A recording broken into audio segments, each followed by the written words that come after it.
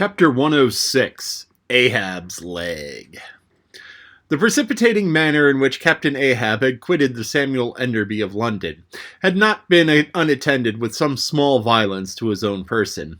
He had lighted with such energy upon the thwart of his boat that his ivory leg received a half-splintered shock, and when, after gaining his own deck and his own pivot hole there, he so vehemently wheeled round with an urgent command to the steersman, it was, as ever, something about his not steering inflexibly enough.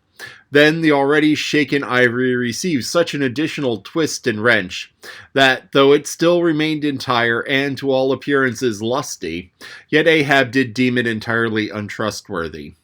And indeed it seemed small matter for wonder that, for all his pervading mad recklessness, Ahab did at times give careful heed to the condition of that dead bone upon which he partly stood.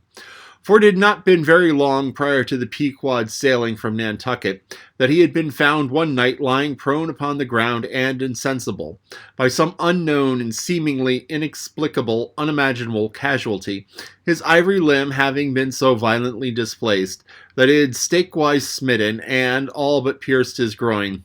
Nor was it without extreme difficulty that the agonizing wound was entirely cured.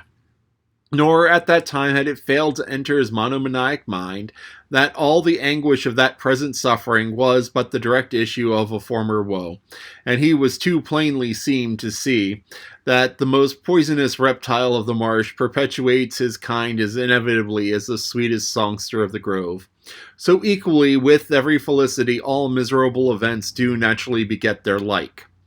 Yet, more than equally, thought Ahab, since both the ancestry and the posterity of grief go further than the ancestry and posterity of joy, for not to hint of this, that the inference from certain canonic teachings, that while some natural enjoyments here shall have no children born to them for the other world, but on the contrary, shall be followed by their joy of childlessness of all hell's despair, whereas some guilty mortal misery shall still fertilely beget to themselves an eternally progressive progeny of griefs beyond the grave.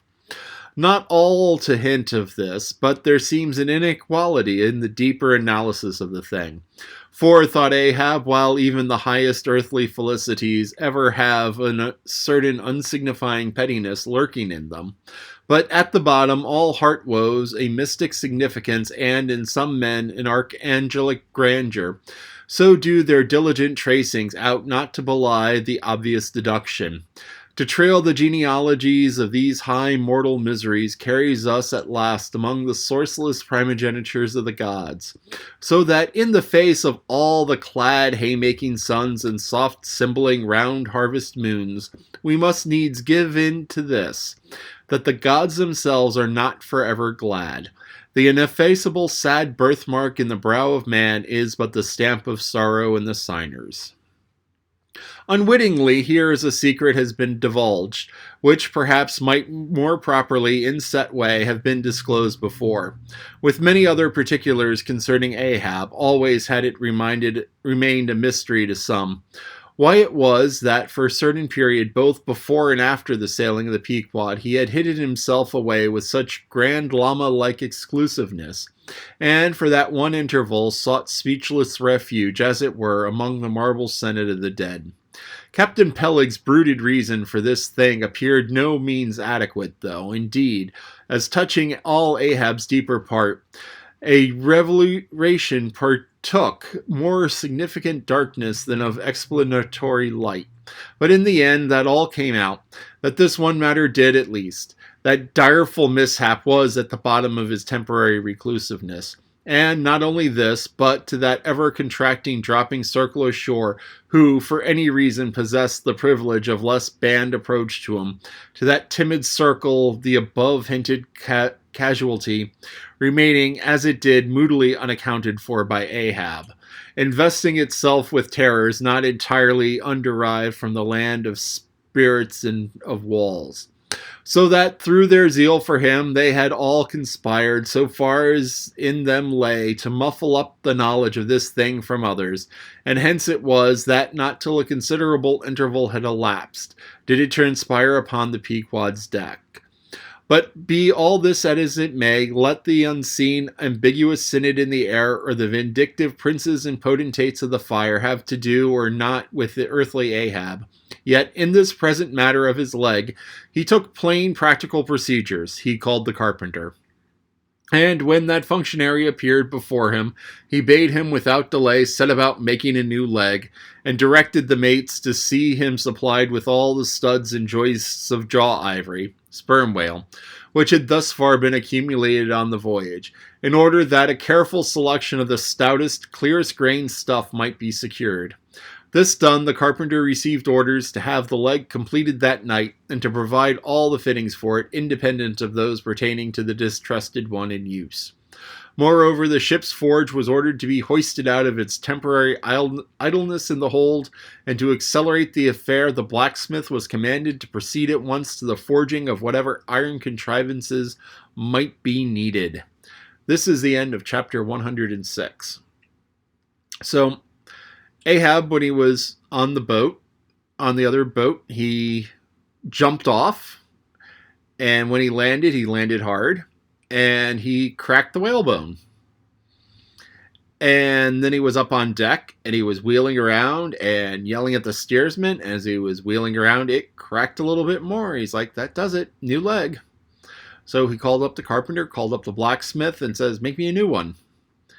And so the blacksmith is going to take the little bit of iron that they have on the ship, or whatever iron they have on the ship that they carried with them, and bang together the new pieces that are needed for the thing. I have no idea of what sort of buckles might go into it.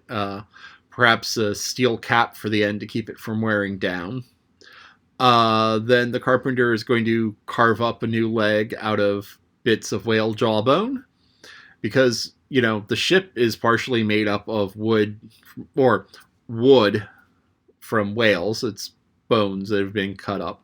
So it's partially made, the ship is partially made from wood, and the whalebone is made, Ahab's leg is made from whalebone. Now, it talked about how he previously out in Nantucket the leg had broken on him. And so what happened was it broke, and a piece of it went up and pierced him. Pierced his leg or his lower torso or in his groin somewhere, and it doesn't say where, which is probably a good thing. But that laid him up for a few days, or a long time, because, wounds back then, they didn't have antibiotics. They only had fairly primitive care. They'd pull it out, they'd sew it up and hope it doesn't go gangrene, which we've talked about before. And, gangrene on the torso back then, you're pretty much like, well, say your goodbyes. You're not going to make it. So anyway, the leg broke on him and pierced him. And it talks about how misery begets misery. So when a bad thing happens, it causes other bad things to happen. Which is a kind of, is something that kind of I've noticed and people don't necessarily talk about, but there's often like this tragic series of events where one bad thing leads to another, leads to another, leads to another, leads to another. So if you see bad things starting to happen, just cut them off. And if, something terrible happens, it's like, hey, how can I prevent any more trouble from this? So Ahab lost his leg. And then his other leg, then his, replacement leg broke and stabbed him. So now Ahab's taking care. He's like, hey, I don't want to get stabbed again by a broken leg. This one is starting to show signs of becoming creaky and wearing down, so I'm going to replace it. So this is, being careful, being prepared, and that's a very important lesson to learn. So once again, Ahab is generally not a good person to follow, but in this instance, he's kind of right.